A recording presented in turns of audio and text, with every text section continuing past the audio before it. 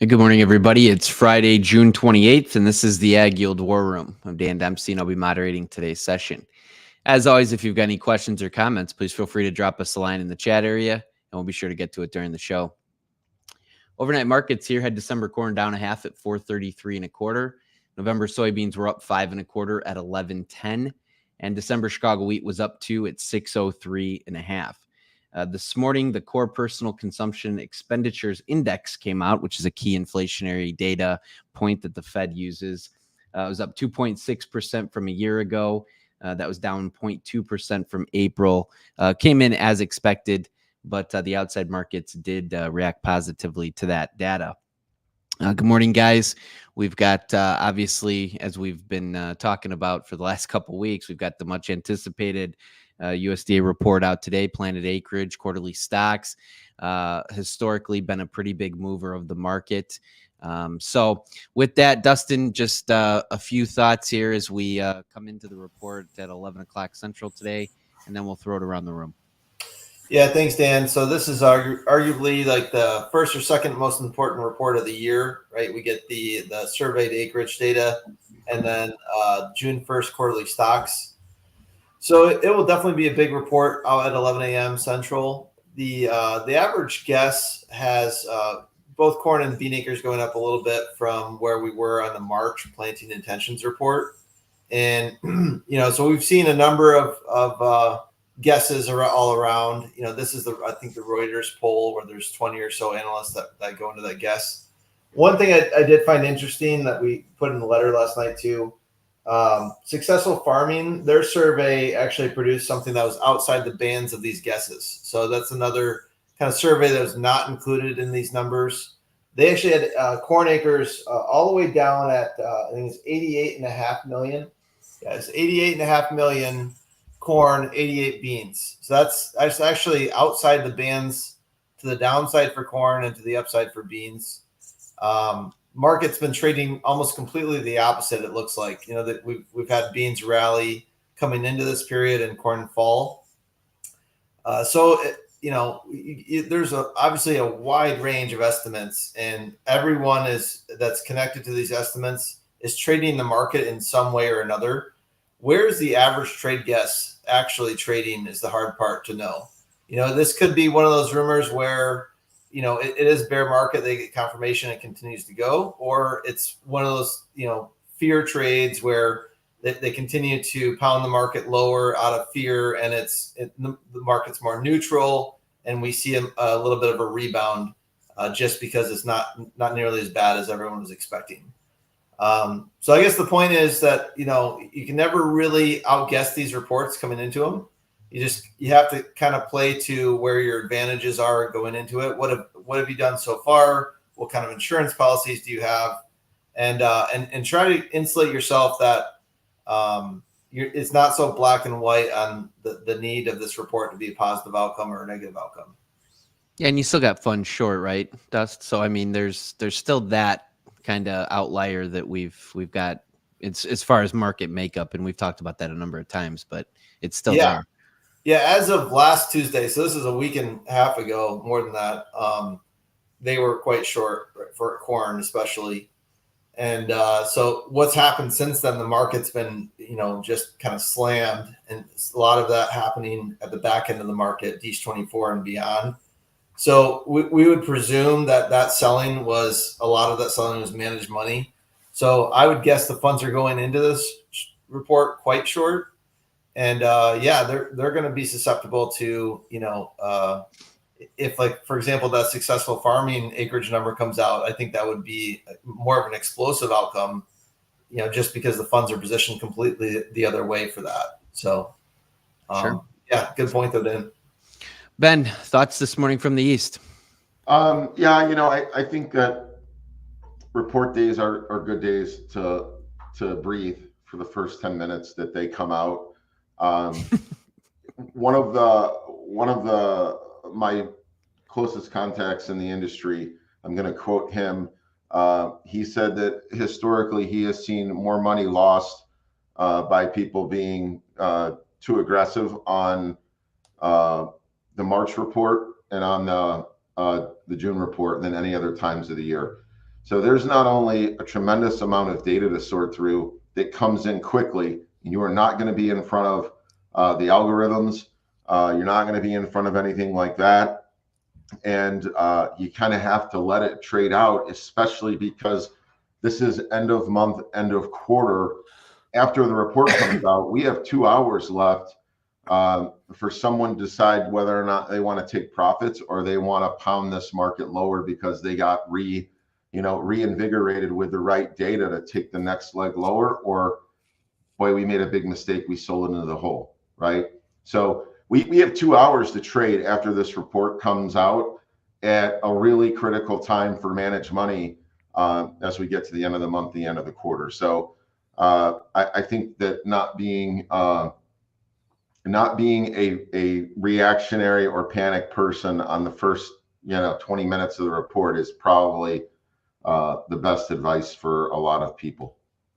Yeah, no, that's definitely right. Jace, more on the fundamental side, just looking at weather, it's kind of interesting. We're, I guess, a little wetter as long in the kind of western central part of the belt, and east still there's some question marks in the 10 to 14 day from what I saw this morning.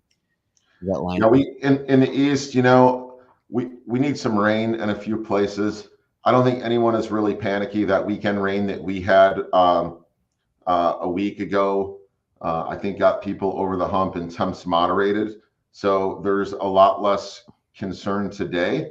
It looks like when I look at the weather maps, it looks like Indiana, Ohio, parts of Illinois across there, it's going to be cool and dry into the next week or two. So we'll see how that plays out.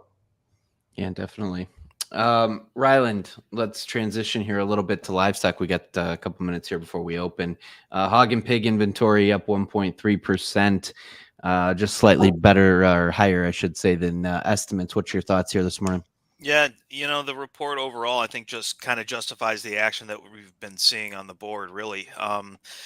There really wasn't any big surprise that kind of jumped out really to anyone. The numbers were pretty close to what we were already expecting.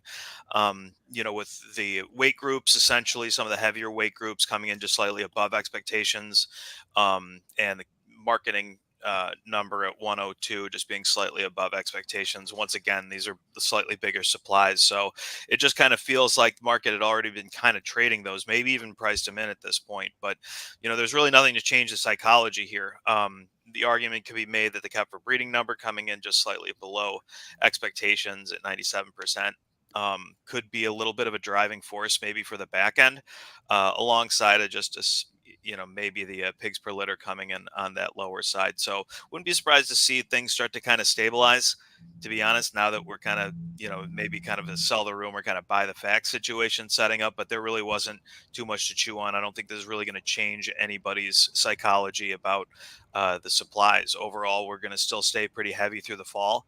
And there wasn't anything on the report to really suggest to really shock anybody. So we'll just kind of leave it at that. I think at this point, see how the market takes it, if we've priced it in or if we need to go a lot lower. But some of the day-to-day data, cutout was just down slightly yesterday. Bellies were down $2.70. So overall, we're still waiting for some good news to kind of show up here, and it just this report overall, I don't think really gave that kind of vote of confidence that we would see just a market bottom at this point.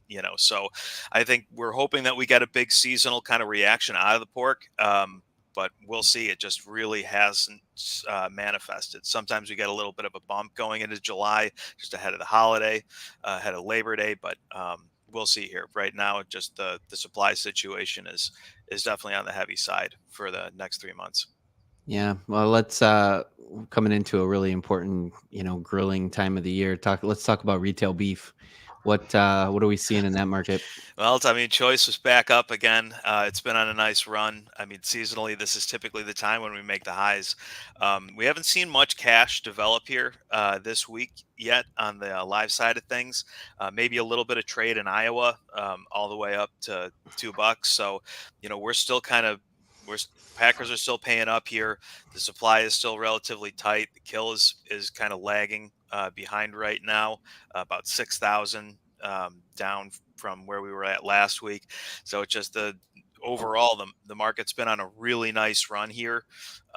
Like we keep on saying, this is probably a really good opportunity to look to maybe get a little bit more hedges on, just to have some certainty here, just in case we see some kind of a pullback. But really, cash is on the up and up. Packers are spending money like crazy, and this is kind of the time they have to do it, I think, just with how the beef has been acting. So sadly, on the retail side of things, we may get some features here, but I wouldn't expect much. Beef 90 is still making new highs pretty much daily during this time frame. So we're at kind of peak burger demand season. So I don't think that's going to be going down too quickly here. Sorry, Dan. That's such a bummer. I'm just begging. I'm begging for lower ribeyes. I mean, what can I say? I am too. Good stuff, Rye. Appreciate the feedback. We got a couple minutes here. It is Friday. Maybe relieve a little anxiety here with some Fun Fact Friday with Brian Williams. Hey, thanks, Dan. Happy Report Day Friday. I think everyone's hoping for some fireworks here at 11 to the upside, and not a dud to the downside like this week is led up to be. So hence with those words, let's lead into some 4th of July Friday fun facts, getting ahead of the holiday here the week ahead. So actually it was July 2nd, 1776 at Continental Congress voted in favor of declaring independence from Great Britain. Obviously adopted 2 days later. John Adams was so set that we should be celebrating July 2nd as the date in history, so much that he would never celebrate July 4th his whole life. And then ironically, he actually died on July 4th. So I thought that was really strange. That was pretty crazy. Yeah. We're so used to the fireworks shows, picnics, and all that good stuff. Early traditions, actually, they used to have mock funerals of King George III to just reinforce that victory over England. So that's intense. Yeah, right. Yeah, let's bring it on. So bring it back to some fun things here. We will consume 150 million hot dogs on July 4th. That is the length of DC to LA 5 times. It is the #1 beer sales of the year, obviously. So much that I think it started back in 1778 when George Washington gave his troops 2 rations, double rations of rum to celebrate the 4th. So it started pretty early there with the consumption there. That might be the first known double. Right? Yeah, right. 3 presidents have died on July 4th. We already mentioned John Adams, but Thomas Jefferson and James Monroe also died on the 4th. And I thought this was kind of a cool one here to end it off, is that World Trade Center. One World Trade Center is 1,776 feet tall to honor our independence from England. So wow, kind of cool stats there. So yeah, hopefully everyone enjoyed that, and have a great weekend, everybody. Stay safe out there. Nice, Brian. As always, Brian, he brought the goods, buddy. That was Thanks, good. buddy. So with that, just to reiterate, the report will be out at 11 o'clock Central. We'll take a look at the report, get some thoughts, and we will have our bonus war room coverage at 11:15. So be sure to tune in. We'll have all of our thoughts, wrap up that on the report as we go into the weekend. So we will be back here in a little bit. Hope everybody has time to tune in. Every day that markets are open, we're streaming live on X, Facebook Live, and YouTube Live at 8:15 Central Time. Hope everybody has a great day. Like I said, we'll see you again here at 11:15. And until then, we'll talk to you. Thanks. Thanks, Dan.